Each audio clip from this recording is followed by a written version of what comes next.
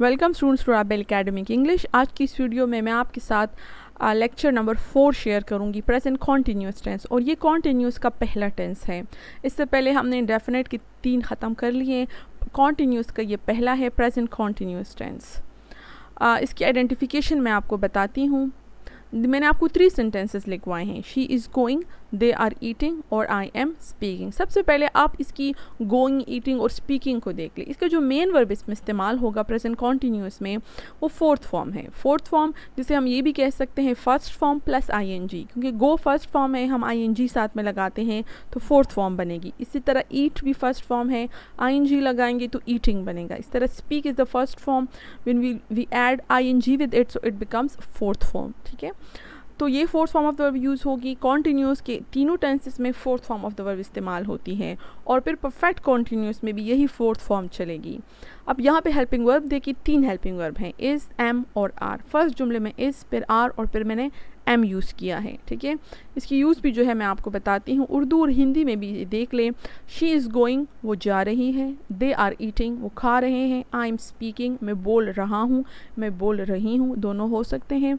इसमें वो काम होते हैं जो प्रेजेंट टाइम में जारी होते हैं। ठीक है, जो प्रेजेंट टाइम में इस वक्त हो रहे हैं वो प्रेजेंट कॉन्टीन्यूस है। जैसे for example, I am talking, you are listening या आई एम टीचिंग, इस तरह के सेंटेंसेस। उर्दू और हिंदी में ये एंड होंगे, रहा है, रही है, रहे हैं। ठीक है, ये इसकी पहचान है। और इंग्लिश में देखें, is, am and are used as helping verbs. Fourth form of the verb is use, जैसे हम प्रेजेंट पार्टिसिपल कहते हैं। Am is use for I. अब इज़, एम और आर हम किस तरह इसको डिवाइड करेंगे? एम जो है वो सिर्फ और सिर्फ आई के लिए इस्तेमाल होता है। I am speaking, I am sitting, I am talking, I am teaching वगैरह वगैरह, लेकिन किसी और के साथ एम का इस्तेमाल नहीं होता। Is use for singular subjects. अब देखिए, जो सब्जेक्ट सिंगुलर हो, सब्जेक्ट काम करने वाला, जिस जुमले में काम करने वाला बंदा एक है, अब वो चाहे नाउन है या चाहे प्रोनाउन है, काम करने वाला एक बंदा तो इज़। सिंगुलर सब्जेक्ट्स कौन से हैं? ही है, शी है, इट है, और सिंगुलर नाउन्स हैं। ही भी हम एक मेल के लिए इस्तेमाल करते हैं, शी भी हम एक सिंगुलर फीमेल के लिए इस्तेमाल करते हैं, इट हम किसी भी बेजान चीज़ के लिए लेकिन सिंगुलर हो उसके लिए इस्तेमाल करते हैं, एक हो। सिंगुलर नाउन्स में फिर क्या आता है? जैसे अली है, हिना है, कोई नाम हो, ठीक है, या बच्चा या टीचर या स्टूडेंट या परिंदा, बर्ड, तो ये सिंगुलर नाउन्स में आते हैं। इन सब के साथ हमने इज़ यूज़ करना है। Are is use with plural subjects. Are को हम प्लूरल सब्जेक्ट्स के साथ इस्तेमाल करते हैं। वो काम करने वाले जो एक से ज़्यादा हों उसके साथ हम आर यूज़ करेंगे। वो कौन से हैं? जैसे वी, हम, ये भी प्लूरल है। दे, वो भी प्लूरल है। यू भी प्लूरल है। और प्लूरल नाउन्स, ठीक है, तमाम वो नाउन जो प्लूरल हो, जैसे बच्चे, टीचर्स, स्टूडेंट्स वगैरह वगैरह। यहाँ पर ये यू जो है, इस पर थोड़ा सा जो है सवाल उठता है, इज़ यू सिंगुलर और प्लूरल? ये सवाल बनता है कि यू सिंगुलर है या प्लूरल है। 2 सिचुएशंस फर्स्ट करें। If I talk to my friend, I say, मेरी एक फ्रेंड है, सहेली है, वो एक है, सिंगुलर है, और मैं उससे बात करूँ, वाई आर यू लेट, आप क्यों लेट हैं, तो ये जुमला बिल्कुल ठीक है। एक सिंगुलर से मैं मुखातिब हूँ, मैं उसके लिए यू यूज़ करती हूँ। अगर मैं ज़्यादा लोगों से बात करूँ, if I talk to my students, तो मैं कहूँगी you should respect your elders. आपको चाहिए कि आप अपनी एल्डर्स की, अपने बड़ों की इज्जत करें। स्टूडेंट से ज़्यादा लोगों से बात करूँ तो भी यू, एक अपनी फ्रेंड से बात की तो भी यू। इसका मतलब है you is both singular and plural. You singular में भी इस्तेमाल होता है और प्लूरल में भी यूज़ होता है। But in terms of grammar, you is treated as a plural. अब ग्रामर में हम क्या करें? सवाल तो ये उठता है कि हम कभी यू के लिए इज़ और कभी यू के लिए आर, तो ऐसा नहीं है। अच्छी बात यह है कि यू को हम हमेशा एज अ प्लूरल ट्रीट करते हैं ग्रामर के लिहाज से। यू चाहे हम एक बंदे से भी बात कर रहे हो हम आर यूज़ करेंगे, और चाहे ज़्यादा बंदों से भी बात कर रहे हो हम हमेशा आर यूज़ करेंगे।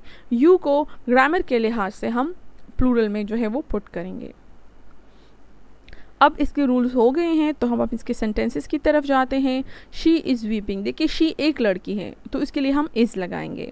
वो रो रही है, ही इज़ इंजॉइंग, ही भी सिंगुलर है, वो लुत्फ़अंदोज़ हो रहा है। यू आर गोइंग, यू को हम प्लूरल के तौर पर ट्रीट करते हैं, तुम जा रहे हो। दे आर हेल्पिंग मी, वो मेरी मदद कर रहे हैं। आई एम गोइंग, आई के साथ एम, मैं जा रहा हूँ।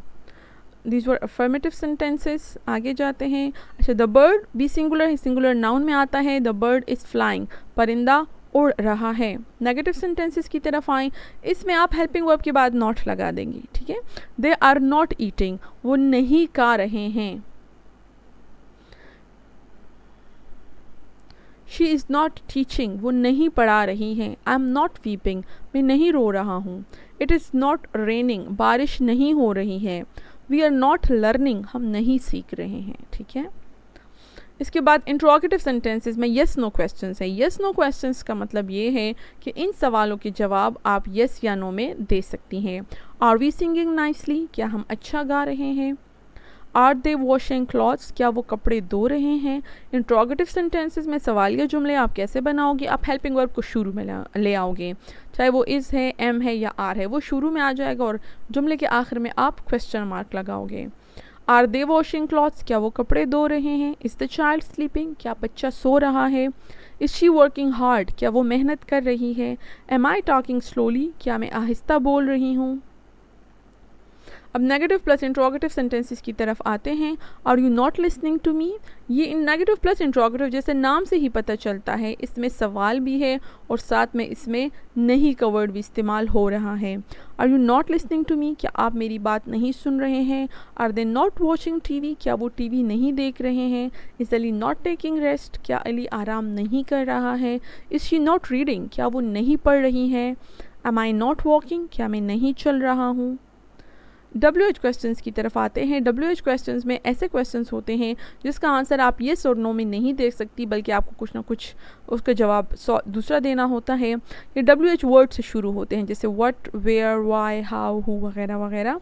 इसका बनाना बहुत आसान है। WH वर्ड को आप पहले लिख लोगे, फिर हेल्पिंग वर्ब लगाओगे और सब्जेक्ट और फिर मेन वर्ब। मतलब जो नॉर्मल क्वेश्चन हम बनाते हैं उसी तरह बनाएंगे, लेकिन WH वाला वर्ड आप शुरू में लगा दोगे। जैसे for example, what are you doing, तुम क्या कर रहे हो। Where is she washing the clothes, वो कपड़े कहाँ धो रही है। Why am I helping her, मैं उसकी मदद क्यों कर रहा हूँ। How is Ali driving, Ali किस तरह गाड़ी चला रहा है। हु इज़ शाउटिंग देयर, वहाँ कौन चीख रहा है। तो this was all about present continuous tense. अगर कोई मिस्टेक है रिटन हिंदी में तो I am very sorry for that. आप कोशिश करें इसको खुद ही एडजस्ट कर लें अगर कोई गलती है तो। Thank you so much for watching the video. Hopefully आपको क्लियर हुआ होगा।